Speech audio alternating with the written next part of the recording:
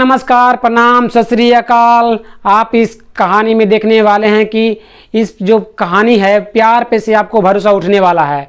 अगर आप किसी से प्यार करते हैं तो समझिए कि आपका भरोसा उठने ही वाला है, क्योंकि इस दुनिया में जो प्यार कर कर कितने लोगों को ज़िंदगी बर्बाद कर चुके हैं। बहुत सारे ऐसे हैं कि लोग झांसा देकर प्यार में फंसाते हैं और उनकी ज़िंदगी बर्बाद कर देते हैं। दरअसल दोस्तों यही कहानी, इसमें हम यही दिखाने वाले हैं कि आपको किस तरह से प्यार करते हुए भी आपको समझदारी से काम लेना है और सतर्क रहना है। तो कहानी से की शुरुआत होती है एक लड़के से। जब लड़का एक जाता है कार के जो खरीदने के लिए, जब उसके शोरूम पहुंचता है तो वहाँ पर एक मैनेजर होती है। मैनेजर बेतिया, जबकि बिहार राज्य के बेतिया ज़िले के एक लड़की है, जो कि उसका नाम तो इस अभी नहीं शो कर सकते हैं, क्योंकि उस लड़की ने कहा कि नाम अभी नहीं अनाउंस कीजिए। लेकिन हम बता दें कि बेतिया शहर की एक कहानी है, जो कि वह लड़की मैनेजर होती है उस कार के कंपनी में। वह लड़का जाता है और वहाँ पर बातचीत करता है और कहता है कि मैं 2-3 दिन में के बाद एक गाड़ी ले जाऊँगा, जो कि आप अपना कार्ड दे दीजिए, हम 2-3 दिन के बाद एक कार ले जाएंगे खरीदने के।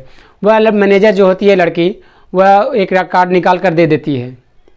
वह कार्ड निकाल कर दे देने के बाद वह लड़का चला आता है और लड़की निश्चिंत हो जाती है वो अपना काम में, क्योंकि वो तो नहीं जान रही थी कि मेरे साथ कुछ आगे जाकर गलत होने वाला है, कि मेरी ज़िंदगी बर्बाद होने वाला है। तो वो लड़का चला जाता है और ये लड़की अपने काम में बिजी हो जाती है।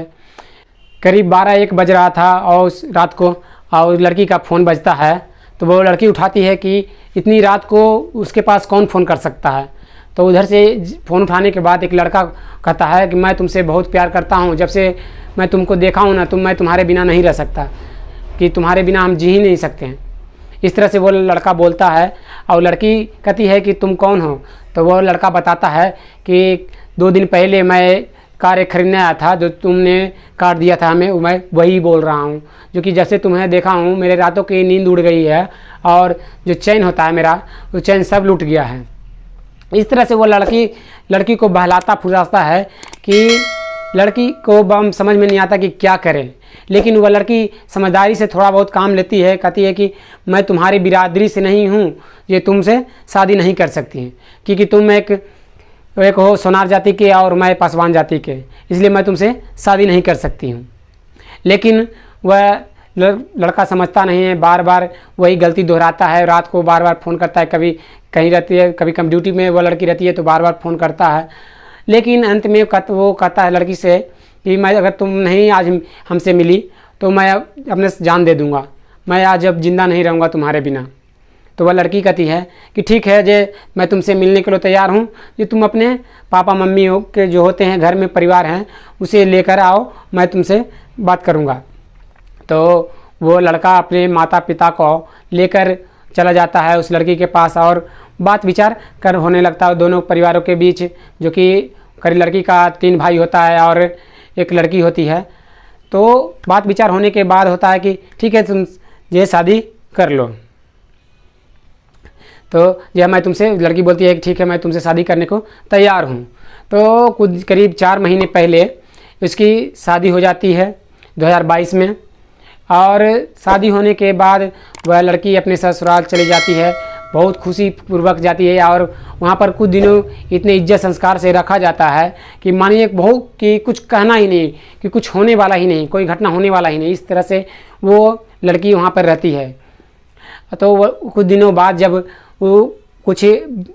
पैसे की तंगी होती है उस घर में, तो पैसे की तंगी होने के कारण जो लड़का, उसका जो पति है, वो लड़का अपनी पत्नी से कहता है कि तुम अपने नैहर से 50-60 लाख रुपये का व्यवस्था करो।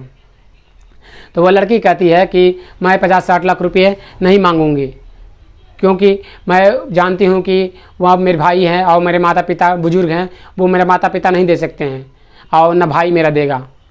तो वो लड़की को कहता है कि तुम चले जाओ मेरे घर से, मैं तुम्हें रखना नहीं चाहता, मैं तुम्हें छोड़ दूँगा। तो इस तरह की बहुत सारी धमकियाँ देता है वह लड़का उस लड़की को, और उसके बाद उस घर से निकाल देता है।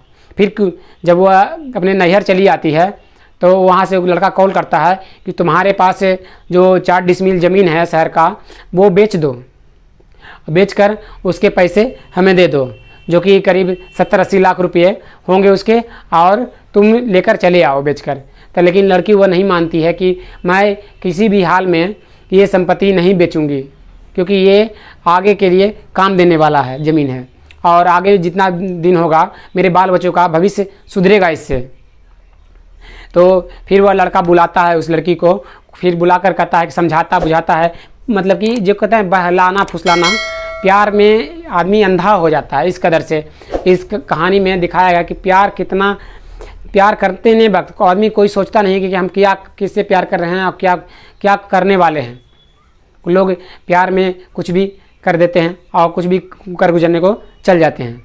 तो इसके बाद होता है कि उस लड़की को बुलाया जाता है कि तुम आओ सब बाहर में, जो हम तुमसे मिलना चाहते हैं। तो वो लड़की शहर जाती है और वहाँ पर मिलती है उस लड़के से, और उस लड़के को समझाती है कि तुम ऐसा नहीं करो, ये तुम किसी तरह से पैसे व्यवस्था करो, और तुम्हारे घर में जो इज्जत होगा, जो बहुत सी इज्जत माना जाएगा, और जो मेरे मम्मी हैं चाहे पापा हो, कोई सब तुम बात कहता है मारता पीटता है, वो कोई तुम्हें तंग नहीं करेगा, तुम्हें सिर्फ पैसे लेकर आना है।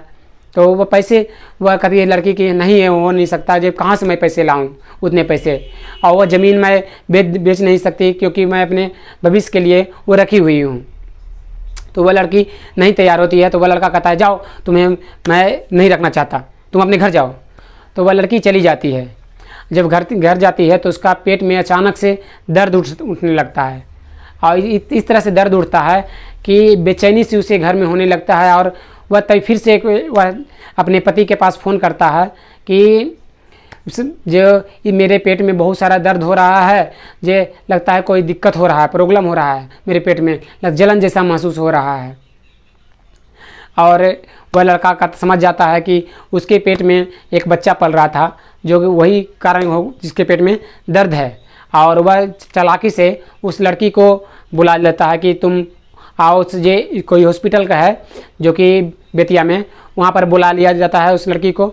और वहाँ पर उस लड़की का समझा बुझा कर कहता कि हमारा जो कि है जो कि ट्रीटमेंट किया जाएगा कि कोई क्या दिक्कत है पेट में, ये तुम्हें चलो।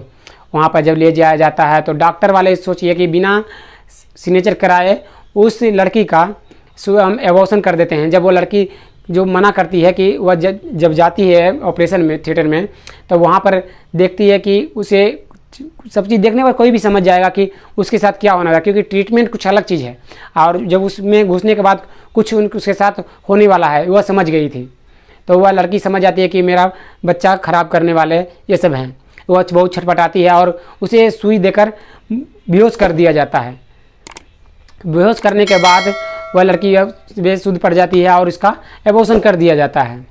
एबॉर्शन करने के बाद वह लड़की को लेकर वहाँ से उसका एक रूम में किराया पर लेकर वो उसे छोड़कर चला जाता है। वो लड़का चले जाने के बाद वो बहुत दिनों से फ़ोन कॉल नहीं, कुछ भी नहीं, ना मैसेज, कुछ भी नहीं वो लड़का कर रहा था, ना ही रिप्लाई दे रहा था वो लड़का।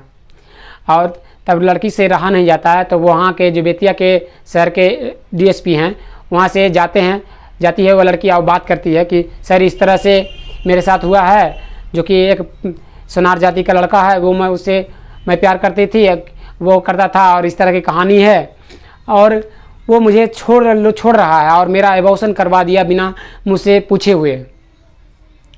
तो वह पुलिस जो कि है डीएसपी साहब, वह उस लड़के को भी बुलाते हैं और साथ में दोनों को समझाते बुझाते हैं और कहते हैं अगर तुम इस लड़की को नहीं रखोगे तो तुम्हें जेल भेज दिया जाएगा। तो वह लड़का कहता है कि नहीं, मैं रखूँगा, इस लड़की को ज़रूर रखूँगा, ये मैं जेल नहीं जाना चाहता। तो वह लड़की को लेकर वह वहाँ से निकल जाता है। निकलने के बाद देखिए फिर कहानी वही होती है कि उस लड़की को उसी रूम में लाकर छोड़कर फिर से वह लड़का अपने घर चला जाता है, और घर से सारे जो परिवार होते हैं वो गायब हो जाते हैं। वो समझ गए कि अब उन पर काल मंडराने लगा है। तो वह घर से सारे लोग भाग जाते हैं और आज तक वह भागे हुए हैं। वह लड़की इंसाफ के लिए कभी कितने मीडिया वाले उतर गई, जो कि वो बोल रही है कि मुझे इंसाफ दिलाओ, मैं थक गई हूँ कोर्ट कचहरी करते करते, जो कि मेरा इंसाफ नहीं हो रहा है, ना ही कोई दे रहा है। ये जनता ही जो कुछ करेगा वो जनता ही करेगी। और दोस्तों इस वीडियो को इतना फैलाइए कि वह लड़की को इंसाफ मिलना चाहिए और आप यहाँ पर चेहरा देख रहे हैं उस लड़की का, यही लड़की है जिसका इस तरह से मतलब कि क्या क्या कहें उपयोग किया गया और इसे फंसाकर एक बड़ी जो कि बड़ी साजिश को अंजाम देने की कोशिश किया गया। और इस लड़की को हम चाहते हैं कि इंसाफ मिले और उस लड़के को इतना कड़ी सज़ा मिले, जो कि एक बिना माँ से पूछे एबॉर्शन करवा देना, तो समझ रहे हैं कितनी बड़ी बात होती है। किसी का माँ के बिना पूछे हुए एबॉर्शन करा देना, कोई दिक्कत हो तो प्रॉब्लम होता है तो चलो ठीक है कोई बात नहीं, लेकिन ये उस प्राइवेट हॉस्पिटल में भी आप उसे डॉक्टर को भी सोचना चाहिए कि इस तरह के गंदे काम नहीं करे, क्योंकि एक गैर कानूनन जो कि है गैर कभी एक अगर कानून के हिसाब से ये गलत चीज़ है, ये नहीं करना चाहिए। तो अगर आपको ये वीडियो अच्छा लगा हो और कहानी पसंद आया तो हमारे चैनल को लाइक और सब्सक्राइब जरूर कर लीजिए, ताकि हर एक रात आपको 8 बजे एक नई क्राइम स्टोरी देखने को मिलेगी और सुनने को, जो कि आपको पैरों तले ज़मीन खिसका देगी। तो दोस्तों हम यही वीडियो के माध्यम से यही बताना चाहते हैं कि प्यार करिए, लेकिन प्यार करना गुनाह नहीं है, लेकिन समझदारी से कीजिए और देख के कीजिए कि हम किस इंसान से प्यार कर रहे हैं, क्या वो मेरा साथ निभाएगा आगे जाकर, या फिर आज जोश में होश गंवाने वाला काम कभी मत कीजिएगा। तो फिर मिलते हैं एक और वीडियो में, तब तक के लिए धन्यवाद। जय हिंद।